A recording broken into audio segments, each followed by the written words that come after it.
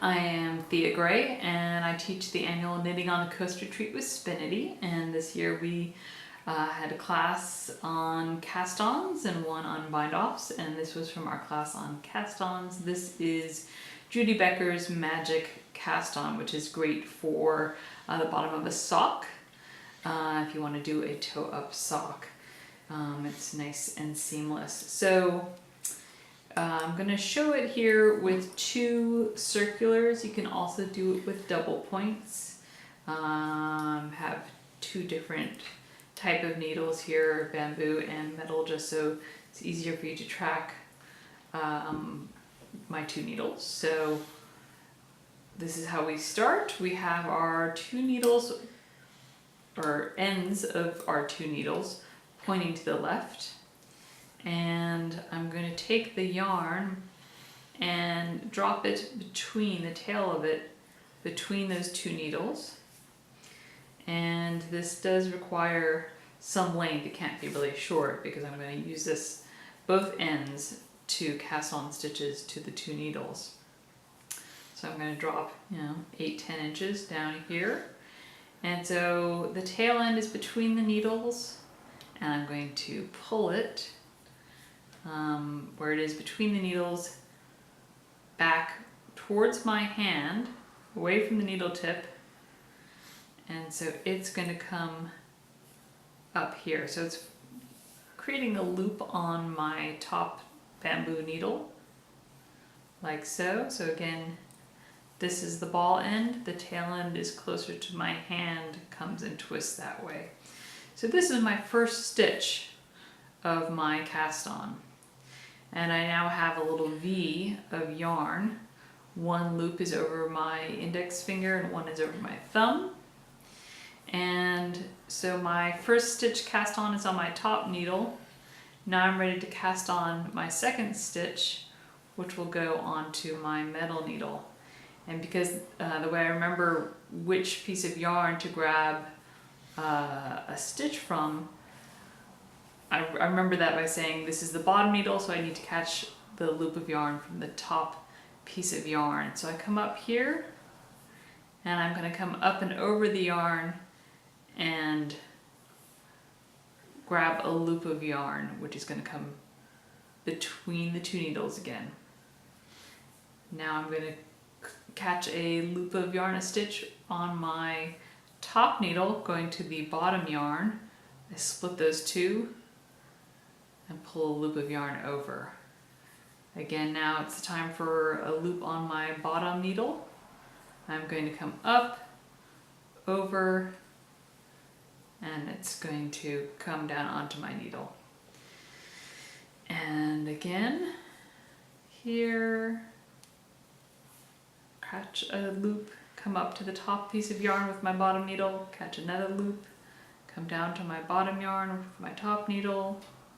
So again, flipping back and forth between the two pieces of the yarn and the two needles, always getting a loop of yarn for the top needle from the bottom yarn and a loop for the bottom needle from the top yarn.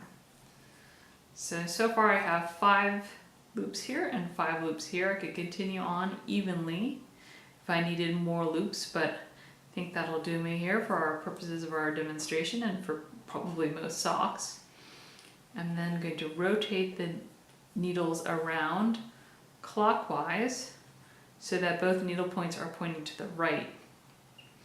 And now I have this tail, the short tail. I'm going to put it back, it's here between the needle points. I'm going to bring it just back straight, and I'm going to pull my working yarn from underneath it. So you see it's creating a full loop and it's coming over my working yarn. So now if I'm ready to work my first row of stitches, I'm going to go around this way. So I'm going to work these stitches and then these stitches. So the stitches from my top needle, which had formerly been my bottom needle, and then this bottom needle. So I'm going to just knit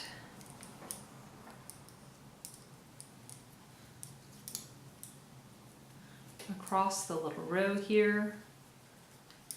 And all of my stitches came out mounted correctly, by which I mean the right side of the stitch is in front.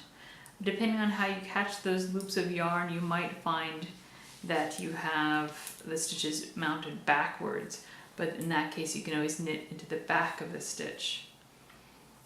But if you pick them up as you saw me do, they will be mounted correctly.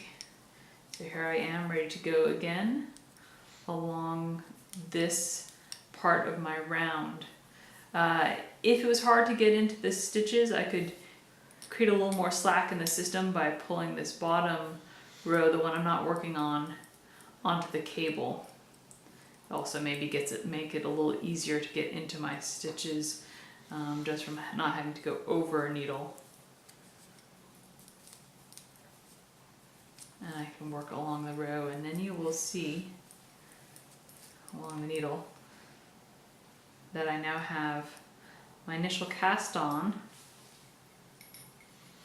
for these stitches here and here, and I have a row, a full row done. And there's no seam. It's quite pretty.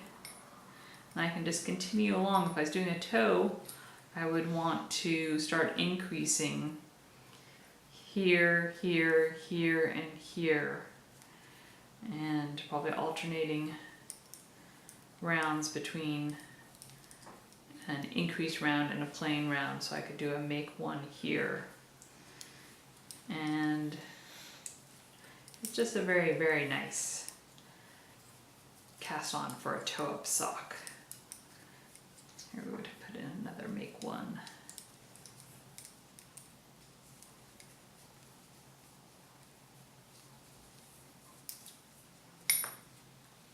And you could also use this for the bottom of a bag. Anything really where you need to start from the center. You could use it for the top of a hat. So lots of possibilities. Give it a try, see what you think. And I hope that this little video was helpful. Enjoy.